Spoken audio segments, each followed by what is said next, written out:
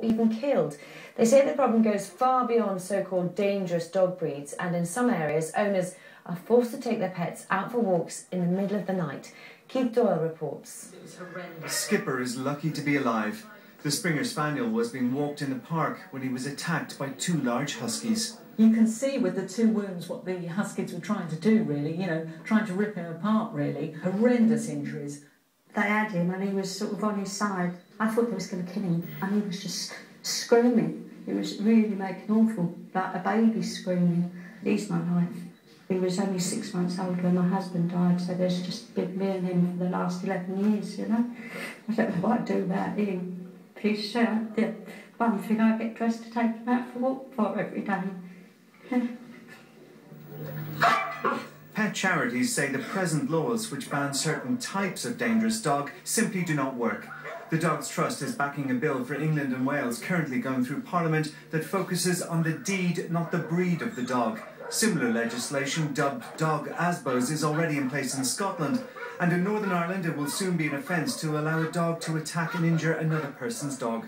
We're getting more and more reports of dogs that are perfectly innocently walking through a park being set upon by another aggressive dog, and it does seem to us that that's an increasing trend, and sadly many of these dogs, when there's a disparity in size, the small dog gets killed very quickly and very easily.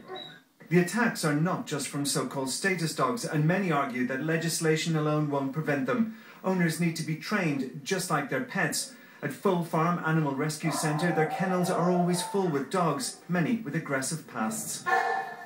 This is Roxy. When she was brought in here, she had some serious aggression problems, which are now being addressed. The problem is there's far too many dogs out there that are simply out of control. Good boy, Dano. Go on then. Dog trainer and behaviourist Robert Alleyne says there's no quick fix, and too many people simply do not give any training to their dogs. What I would be doing is working with the owner to, first of all, teach him that he has to do what they say. Once he understands that, then they can start to deal with his aggression. But often people will just try and deal with the aggression. But they have a dog that doesn't listen anyway, so whatever they try isn't going to work. Leave. Robert also believes that forcing puppies to socialise teaches them how to play fight, which can then later turn into real fights. And it's the relationship with the owner that's all important. With dogs who are aggressive, the most important thing is to get the dog to understand that when the owner talks, they have to listen. It's not a discussion anymore. The government in England and Wales says it's working on what action to take, but it's taking the issue very seriously.